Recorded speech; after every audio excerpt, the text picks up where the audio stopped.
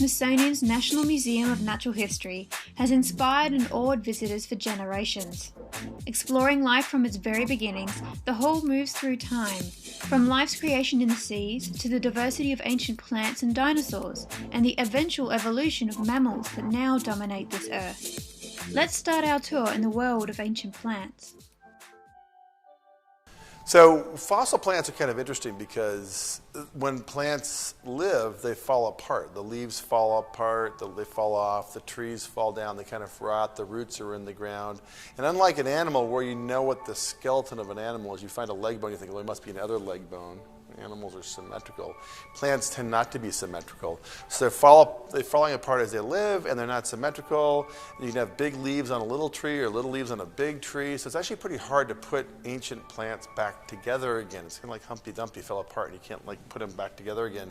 And sometimes plants get preserved in different ways too. Sometimes the leaf gets imprinted as an imprint on a rock, or sometimes it gets petrified, where the actual three-dimensionality of the plant is injected with solutions that have minerals that precipitate on the inside of the plant and preserve the plant in 3 dimensions. And that's what these giant pineapple-like things are. And these are really obscure. Most people don't know what they are because they're a kind of plant that went extinct 80 million years ago. So if it's hard to put them back together again, and they're 80 million years old, no one's ever seen one of these things as a living plant or even has a really good idea what they look like. But what's cool about these things, these are called cycadioids or Bennetettales, is that they are petrified with silica, which means you can saw them in half and see at the cellular level the internal anatomy of the plant. So you can actually see the cell-by-cell structure, and because of that, you can tell what their biology was. You can see cross-sections of their flower-like structures, of cross-sections of their stems and leaf bases. And even though we don't know what they look like really in real life, we know really well what their anatomy was. These are petrified slabs of wood cut in half and then cut in half by fossil loggers. People use diamond-bladed saws to saw stone logs. These logs are over 200 million years old from the Triassic of Arizona, from the Petrified Forest National Monument. And they have incredible colors. There's oranges and yellows and greens and reds. And those colors are actually all different states of minerals that actually seeped into the wood after it was buried in the sand, and as the wood was being replaced with silica, actually the spaces in the pores in the wood was filled up with silica. A lot of those colors were embedded in the wood at that point in time. So it's not the actual color of the wood, it's the color of the petrifying minerals that infilled the wood. And if you go to that place now, it's called Petrified Forest National Monument, but when you go there, all the logs are lying on their sides in sandstone layers, and the sandstones used to be stream beds, so there's basically floating logs in ancient streams. So it's actually not a petrified forest, it's a petrified log jam. So it should be called Petrified Log Jam National Monument, not Petrified Forest National Monument. When this hall first opened up, there was no Burgess Shale exhibit, and that was considered a major hole in the exhibit because there was really nothing about the early life in the Cambrian. There were some dioramas down there, but they didn't cover the Burgess Shale, which is super famous, and we have by far the best collection in the world. So the then collections manager, who incidentally hated dinosaurs, decided to put the Burgess Shale exhibit right as you walk in to the hall to block the view of the dinosaurs, which pleased him no end. And when people pointed this out, the excuse was, well, it will have a bigger impact when they walk around the corner and then see the dinosaurs.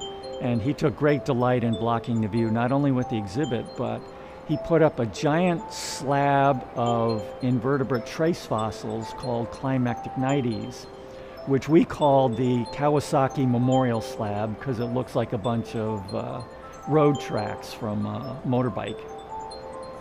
What I'm going to miss the most in this dinosaur hall is the early dinosaurs that were collected during the first golden age of dinosaur hunting, which was the latter half of the 19th century and the early years of the 20th century.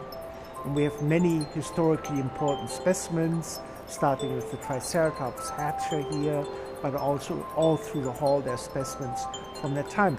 And these specimens really come from a time when American museums for the first time really presented dinosaurs to the public, and also dinosaur research really took off here in the United States.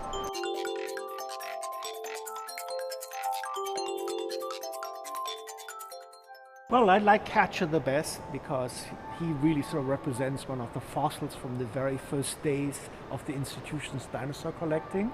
He was collected by a very colorful character, John Bell Hatcher, who worked for various museums over the years. But this specimen was collected when Hatcher worked for a famous dinosaur researcher named O.C. Marsh, who was at Yale University. Hatcher was a phenomenal character. Most people who collect fossils are unusual and somewhat quirky people, but he really took things to a new height. He was, for instance, renowned for being an ace poker player who financed many of his paleontological exploits by going into little towns and basically cleaning them of all the money that they had. And there has been more than one tense situation where he had to hastily depart an area because of his poker playing skills. As you can imagine, a lot of people didn't take kindly to losing a lot of money to some outside visitor. The reason that we started working on the Triceratops in the first place was back around 1994 or 5. We got a call from security. A woman and her son were standing here next to the Triceratops, and she happened to sneeze, and a piece of his pelvis fell off. And no cause and effect, we don't think, but she was very alarmed, and she immediately went to security, and they came to us, and so we started looking, and we were like, oh yeah, that was pretty weathered and kind of cracked. And we started looking at the mount a lot closer. It had been up since 1904, so it was the first remnant, or the first representation of a Triceratops. And we started looking at it, and it was like, wow, this guy is in pretty bad shape. Not, you know, it was there, but obviously pieces were falling off. And so that started us thinking about getting Kathy Hawk's team in here at Conservator to look at a lot of our exhibit mounts to see what kind of shape they were in. And we realized that a lot of them were not doing so well out here. And we knew that sort of anecdotally. We always come out here gluing pieces back onto the Camptosaurus or the Stegosaurus. And when you start looking at those closely, you realize that the way they had been erected, they did what they could back in the, the teens, the 20s, 30s, but they drilled straight through bones, put bolts in, bolted them right to the steel armature, and the fossils just couldn't take that. They're actually very brittle, fragile things. They're not just rocks, things that have turned into rocks. It's a fair misconception. And so they're reactive to vibration and humidity and temperature fluctuations. And so Kathy's team looked at a lot of the mounts around here, and we sort of high-graded which ones needed to be done. We needed to conserve them, take them off exhibit, mold them and cast them, and put the cast on exhibit. So Triceratops was the first one, and that was kind of the coolest one because we were able to, it's such an iconic specimen and dinosaur in general, we were able to draw interest from private industry for scanning. We had a couple companies come in and do scanning. They processed all that scanning data, turned it into the first representation of a digitized dinosaur. This is back around 1999 we started doing the actual scanning, and by 2000 we had a full digital dinosaur that we could pose, which was really nice for remounting it. And we had a company who did that. We had a company who did, Hasbro helped us. They made 1/6 scale replicas. There was one on exhibit of what the pose used to look like, and a bronze skull that people could touch.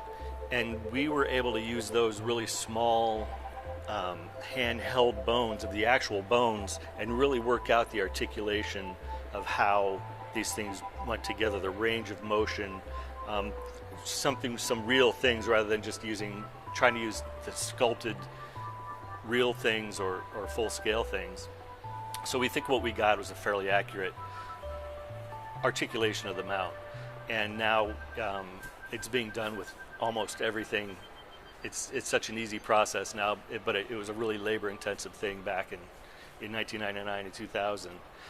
And so Triceratops was the first thing, and we were able to replicate mismatched pieces. Like this guy was a was a composite mount, so some of his left side was taken from a different animal that was a different size, or it just wasn't there, and they fabricated it. We were able to take the right side elements, mirror image them, and then mill them out or prototype them out into full-scale replicas that then we could put on the mount to make it look real. Like his left humerus here, the upper arm bone, was much smaller than the original right, and so we just mirrored imaged the right and sculpted this or milled it out of this special material. Another company did that for us, and we did that with his part of his pelvis there, that big long bone called the ilium on his pelvis. We did that with his scapula. It was just fabricated, and we got new real feet for him, so we made him a nice full real size dinosaur. And the last thing was the skull. The skull came from a different animal, but we were able to enlarge it digitally about 10 to 15% based on femur length ratios of other complete Triceratops that we have. And we enlarged that, prototyped that, and molded and cast that, and now we have a real full scale size skull that would go with the actual mount. That was a huge project. That was like a 2-year project. It was groundbreaking in many ways, and also showed the utility of 3-dimensional scanning. And we also X-rayed and did all kinds of other stuff to it too. And so that started us going. Once we got that list of mounts that were at risk, the Stegosaurus mount was the next one in line. The Stegosaurus is the guy with the plates on his back, and some of those plates were just held up with two pieces of half-round steel, half-inch wide, with 2 little bolts holding it up, and that was holding up like a 20-pound plate. So it was just a matter of time before that thing was going to start falling apart too. So we took him off exhibit, we molded and cast him, put the cast on. The next one was the Camptosaurus that was always falling apart, the adult Camptosaurus. That was a holotype specimen. And those are the name bearers of the species, and so those are really important ones, and we didn't want that one to fall apart anymore. So we molded and cast that one and put that on, and now we're full-blown doing all that stuff for the new hall. So it was all started by this woman's sneeze, you may say. This is the type specimen of Stegosaurus stenops, so it's the original specimen collected for Othniel Marsh at Yale University in the 1880s. And it's in the position it was discovered in, which happens to be the position it died in, so it's mostly intact with the head and the neck and the front leg, the rib cage, the back leg, and the plates. And then you can see sort of at the far end, if you look at the far end, the tail has sort of come apart a little bit. It's an important specimen because up till then it was not really clear how you would put a Stegosaurus together, especially the plates. What order they went in, did they go in the back, that sort of thing. So this was a pretty important specimen. In the new hall, we're going to try and mount this vertically, and the underside is also free of rocks, so you'd be able to see both sides of the skeleton, which would be really nice. So we'll see if that comes true, but that's the plan at the moment. So one funny story to me is less about being in the hall than it is about the history of the hall. So there are 3 examples of Stegosaurus. There's this one, there's the one behind me to my left, which is standing up, and then there's a big papier-mâché Stegosaurus. So there's 3 signs in the hall that describe Stegosaurus, and the 3 signs do not agree. And nobody here noticed that until like an 8-year-old wrote us a letter and said, you have information on the labels that contradicts each other. Which one's right? So that's the kind of thing that happens when halls evolve over time in pieces. Well, Stegosaurus is made of paper mache, and it's been painted on the outside, and it's dearly loved by the public. You can see where they've forgotten about the railing and they've reached over and petted it lovingly and rubbed all the paint off.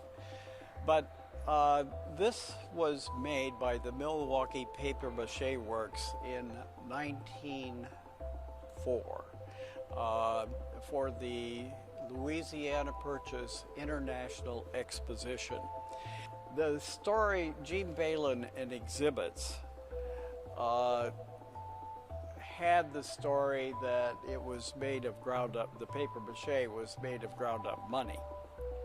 And I was pretty sure that wasn't the case. So I called the Treasury and asked what did they make, what did they do with worn out money back at the turn of the century? And they said, well, they used to call it in and wash it, and they could do that several times before the paper currency ever wore out. And so, but then they got to burning it, and the place they did it was over in Kenilworth. There's a big plant, but the stuff that went up the smokestack was full of heavy metals from the printing process, and so EPA got on them for that. And so they just shredded it, but they didn't start doing that until about the 1960s or 70s. But you could go to a Federal Reserve Bank and you could buy a truckload of ground up money, but that was way after the fact. So I said, well, could you possibly come over here and take a look? So they came over. Well, the hall was empty. It was in limbo for about 2 years while construction was going on in other areas. And so they came into this dark, dismal hall with planks and dirt everywhere. And the supervisor picked out Gracie. Gracie was the person who was to take the biopsy. And there was a railing, but it wasn't like this, and Stegosaurus wasn't at this level, it was down. Gracie was an ample woman, and so for Gracie to go over the railing and down in the pit and get on the back side and get a scraping was something that I think he'd been waiting for all his life. And so she came up and she said, ordinary paper. My favorite dinosaur is up in the sky because it was originally, those two specimens, Edmontosaurus and Albertosaurus, were originally right over there on the ground. But there was no room for them in the new hall, so they stuck them way up high. And when I found out they were going to do that, I went to the curator in charge and I said, you can't do that. You know, people need access to it. And back then they said, well, it's already been described and published on, so no one will need to see it. But it turns out the Edmontosaurus is the original type specimen or name bearer for Edmontosaurus annectens, and we have had requests over the years to get to it, and we've had to turn people away. So one thing I know about the specimens in the hall now that I know more of than I used to is the history leading up to this exhibit. So we've had a lot of research done on the previous exhibitions and all the things that went on there. And so, for example, we have two dinosaurs up on the wall, Edmontosaurus and Albertosaurus, or Ed and Al. And they were elevated up there in the 80s. The Edmontosaurus, though, has been here since before the building. It actually was on display in Arts and Industries building. And it was moved over here, and one of the things that was discovered in the notes were the day books, which were literally the journals that everybody kept while they were working here for the government record, and the day book for moving that specimen into the building, which included a part where they dropped the skull of the specimen on the stairs and it shattered it, and then spent weeks putting it together, which explained to me why it's in such terrible shape. I never really understood what had gone wrong, because it's a very nice specimen with this horrible mangled up looking head, and it's because they dropped it on the way in the building. My name is Advait Zucker, and I'm a volunteer here at the Fossil Lab at the museum, and I'm currently working on a project for the curator of Dinosauria, Matt Carano. I'm sorting through a whole bunch of microfossils that O.C. Marsh, one of the founders of American paleontology, collected back in the 1800s. These were found in Wyoming in a formation that's about as old as the rocks that the new T-Rex came from. So all of these animals are contemporaries of the T-Rex. I'm sorting through them and I'm classifying them, trying to figure out what animals lived alongside the T-Rex.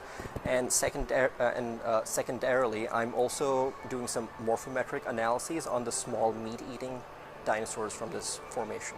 Of course, all of the dinosaurs are cool, but I'm really interested in some of the smaller animals that lived around 530 million years ago in the Cambrian. So the Cambrian is where you see the first explosion of complex multicellular life. And some of the animals that we find there are really, really strange. Like they've got 5 eyes, and some of the animals that we find back there are just so different from everything that we see today. And some of them don't even exist today. Some of the groups that we find back then. Hi, I'm Carol Houghton, and I'm a living fossil because I cut the ribbon at the opening of the 1963 Fossil Hall, which is a predecessor to the current hall now being dismantled. And I just wanted to talk very briefly about my father's favorite specimen. My father was Nicholas Houghton III, curator of fossil reptiles, and his specialty was mammal-like reptiles. And the specimen behind me, Thrinaxodon leorinus, is a meat-eating representative of that group. And he collected it in South Africa, I believe, in 1960. And it was such a beautiful, exquisite little specimen that he nicknamed it Baby Doll. He loved that specimen. And I have to say it had a bit of an adventure because it was actually stolen from the collections sometime in the 60s, and was by I believe a volunteer who was a real fossil nut, and the FBI actually eventually tracked it down and returned it after I believe a year and a half or something like that. It was only slightly damaged, but anyway, we were all extremely glad when it was returned. This specimen, which is Daptocephalus leoniceps, which means lion-headed devourer head or something along those lines, is a mammal-like reptile, and despite its name, it was a peaceful vegetarian. And this is my favorite specimen, and the reason why is because I had a very small hand in collecting it. So the story behind this is my father brought his family to South Africa, to the Karoo Basin, to collect fossils for a year, because that's where you find the best mammal-like reptiles in the world, and that was his specialty. So we spent about 9 months, mainly in the field, going from ranch to ranch and collecting fossils. We were living in tents, and of course we would get permission from the ranchers, and they were invariably hospitable and happy to have us. And so what we would do is we would just spread out and walk around looking on the ground for bits of bone, because you don't just go and start digging when you're looking for vertebrate fossils. You actually look for surface expression. So you pick up a piece of bone, and that might lead you to another piece of bone.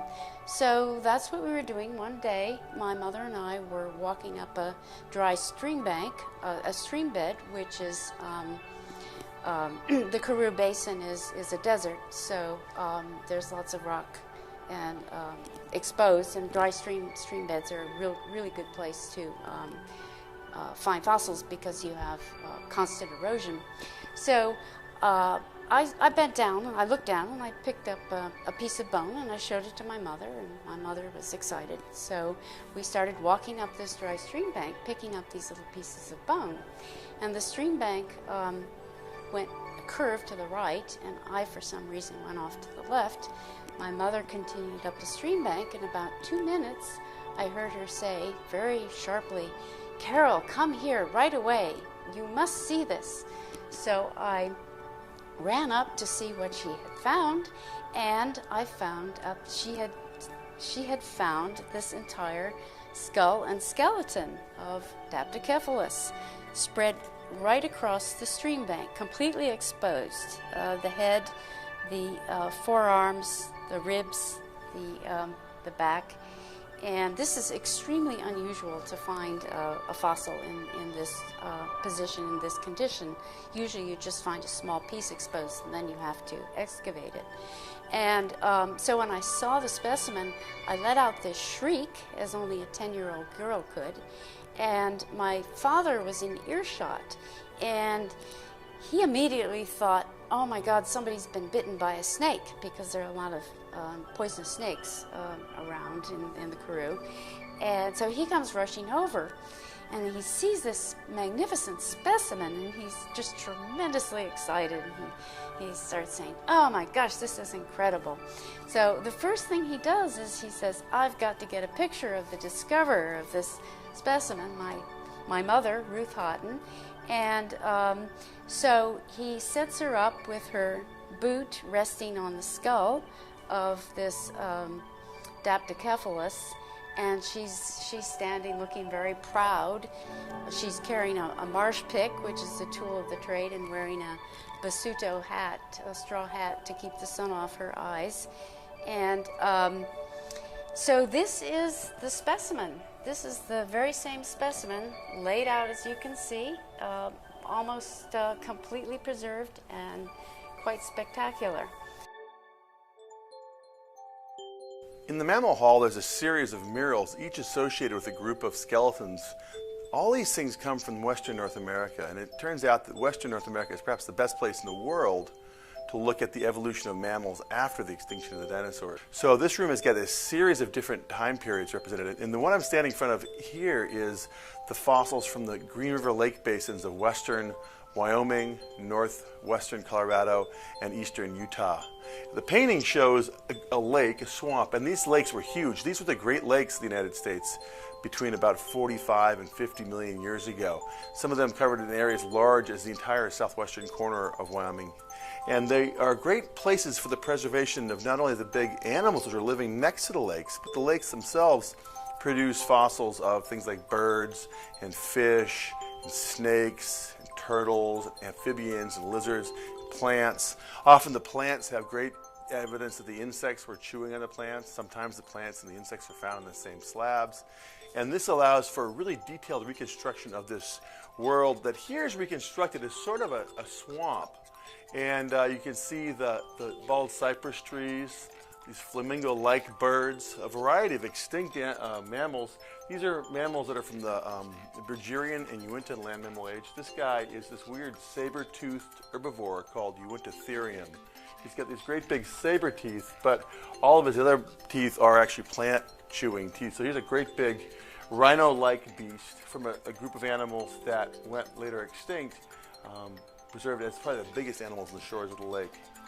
The painting itself is kind of interesting because it sets the tone for this hall, where you have murals where every single known animal or mammal is shown together in the same painting view. This is not what you'd see if you were walking on the side of the beach today. You'd walk along a beach and you see the beach, you see the trees, you see some birds flying overhead. You'd be pretty surprised to see an animal walking by. And what we see in all these murals are great agglomerations of every single known animal, all in one particular spot.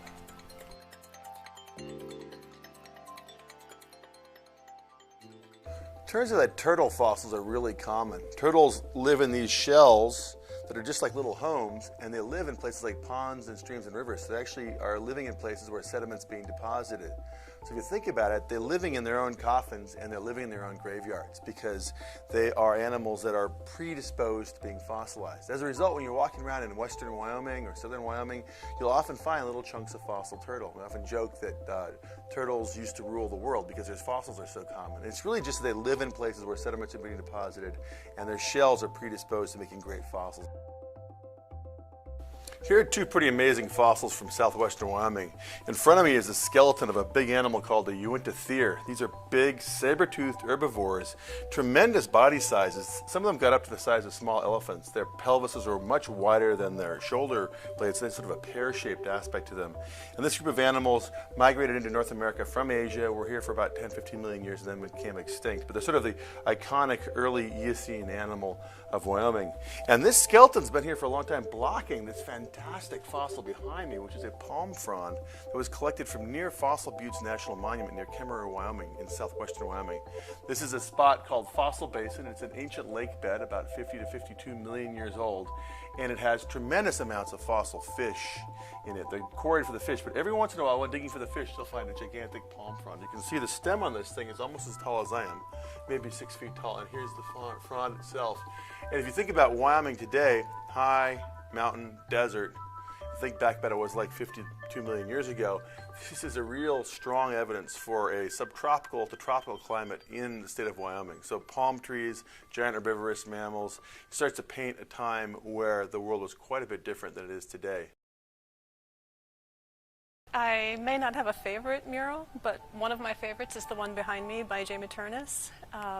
J. Maternus is probably the grand old master of paleo art, and he's fabulous in his choice of colors and the way the movement of the animals and the way the animals are interacting, what they're doing, his landscape backgrounds, and so forth. And Jay would start with by reconstructing the skeleton, and then he would take a drawing and add the musculature to that, and then he would pose the animals into some sort of a nice scene where the animals were very, very realistic and sort of twisting and turning always, and then finally would do the painting.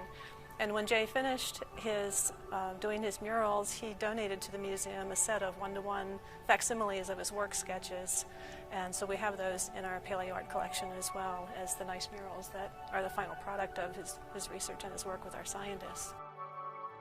I'm standing in front of what is called the Shadronian mural right now, and this records the time between 37 and 34 million years ago in Nebraska, in Wyoming, in Colorado. And I'm standing with two big perissodactyls. What's in front of me is a rhinoceros called Trigonius. And this was this quarry that produced this animal was found in the 20s in northeastern Colorado, and was quarried during the Depression by the WPA workers, and they collected more than 100 different skeletons from this one quarry. So some kind of herd of small, round rhinos called Trigonius ended up being buried in great masses. And at the time, museums would then find sites like this and trade the animals. They would trade a rhino, and this one was clearly traded by the Denver Museum of Natural History to the Smithsonian in exchange for something. Often the records aren't very good, so we don't know what the Smithsonian gave up to get a Trigonius in the Denver Museum. But we know from looking at this skeleton, this one site in Colorado on just up by Ray, Colorado, produced literally over 100 of these skeletons and became trade goods for museums across the country. This guy is a Titanothere, a gigantic rhino-sized relative of rhinoceroses. It's also a perissodactyl. Today, perissodactyls include horses and rhinos. This is an extinct perissodactyl, and these great big knobs on its head were probably used for just what horns and rhinos are used for today, some sort of mating selection as these animals would crash into each other. These guys are really common. They're sort of the biggest mammal of the Eocene, and they go extinct abruptly at 34 million years ago at the Eocene-Oligocene boundary. So their extinction marks the end of the Eocene period and the beginning of the Oligocene period. The Shadronian Badlands of Nebraska and Wyoming and Colorado also produce a whole bunch of small mammals, and we have an array of things that appear for the first time in North America or have been here for a while and have evolved. Things like this little camel, very small camel. This is a small saber-toothed animal. It's not necessarily a cat, it's related to cats, called Hoplophonius. They are big rodents. Then the most common kind of animal are these little sheep or cow-like herbivores called oreodonts. These guys and these guys. They're in the mix with some dogs, some true cats, and some small horses, and a variety of different rodents. Occasionally you find tortoises and turtles, and every once in a while there are alligators in this mix too. I am very interested in how bones accumulate and create sites where paleontologists can get a lot by digging a little, and so bone beds become a major focus. And there's one right here that represents the accumulation of two species that died together, apparently, or at least their bones were washed together, and those two species are represented as whole skeletons, and they're also reconstructed in the painting that's behind us. And their bones accumulated by the thousands, and it's still a little bit of a mystery as to how that happened, why they all died, whether they died at the same time or whether there was some weather disaster. And so one of the ways I study this is to look at how modern accumulations of bones occur in East Africa. So on the panel that was here, there was a picture of accumulation of very white bones of domestic animals that died in one place in Kenya. And I studied those, and I studied them in another ecosystem as well, called Amboseli, where drought killed off a lot of animals recently. So all these are, it's like a detective story trying to figure out how organisms die in the past, and I try to accumulate clues both from the fossil record and from the recent time.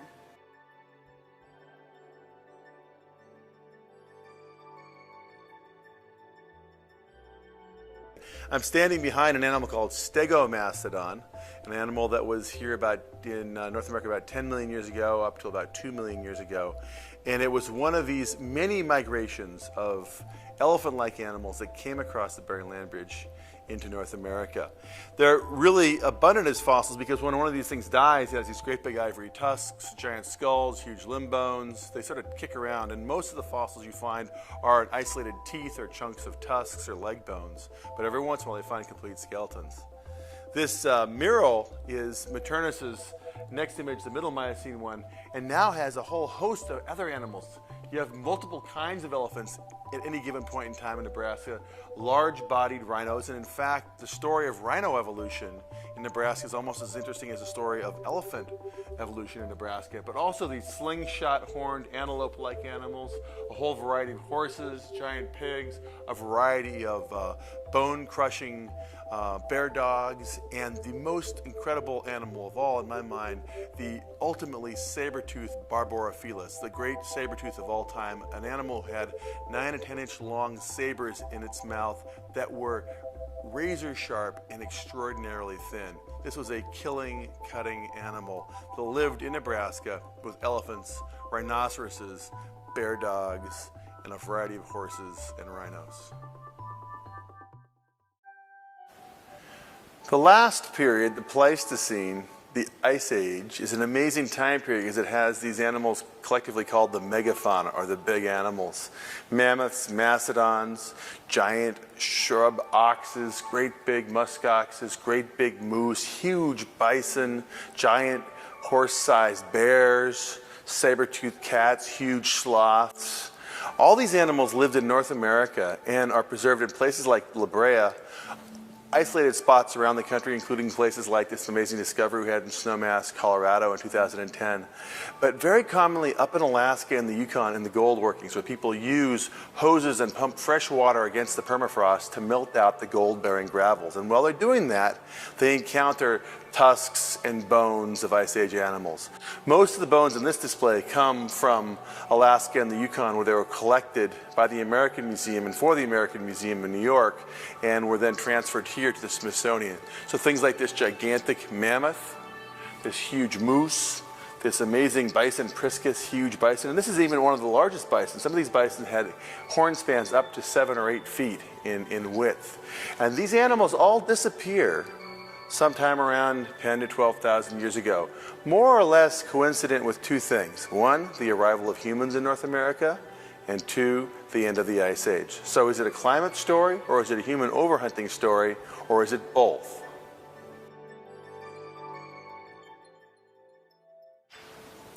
In downtown Los Angeles, there's a place near La Brea where oil seeps to the surface and evaporates. It's a city park now next to the Art Museum.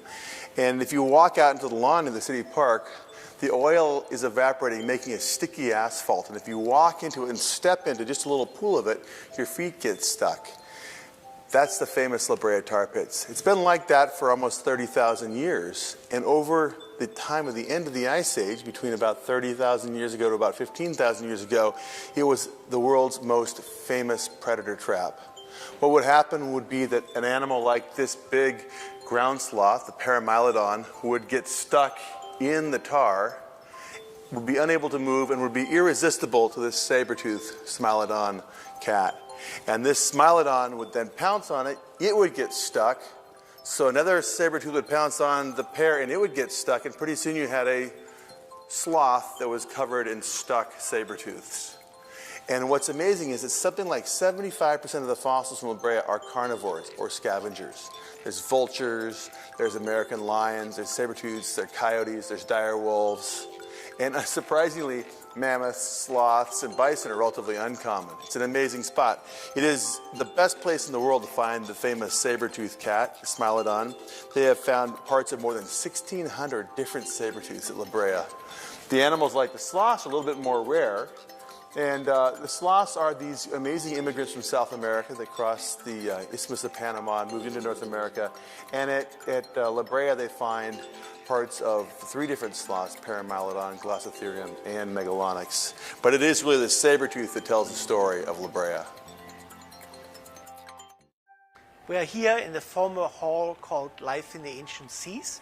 This hall was developed when I first joined the museum as a postdoctoral fellow in the mid-1980s. And the idea was we had the other hall that we just saw with the history of life on land, and we really had given short shrift to the history of life in the oceans, which of course is the most important part of life, biologically speaking, because ultimately everything has its roots in the oceans, and today the oceans cover most of the planet. This mural was worked on by a Canadian wildlife painter, Ellie Kish, who had done a lot of reconstructions of fossil communities before. And the idea was, when the public looks at skeletons, they just look at skeletons as these sort of odd, sometimes awe-inspiring objects, but they can't really sort of make the mental transition, say, from the skeleton of this large marine lizard to a once living animal, because most people simply don't know enough about the way animals are built and put together. And so we decided that it would be best to have the fossils against the background where you can actually see an animal fleshed out virtually. So you can see one of these marine reptiles here, another one here, and then you have the skeleton, so you can basically look back and forth. The skull corresponds to the head, the paddles, which have already been taken off this mount, represent the paddles on this animal rather than limbs. And so it all sort of, people can sort of make a little bit more sense of this. Similarly, we sort of created various 3-dimensional models, like all the fish hanging overhead there, that serve the same purpose. Usually when you find a fossil fish, it looks like roadkill. It's flat on a slab of rock. And very few people can go from 2 to 3 dimensions. That's usually people who make a living as an architect, but most other people cannot do this. Anatomists can do this as well.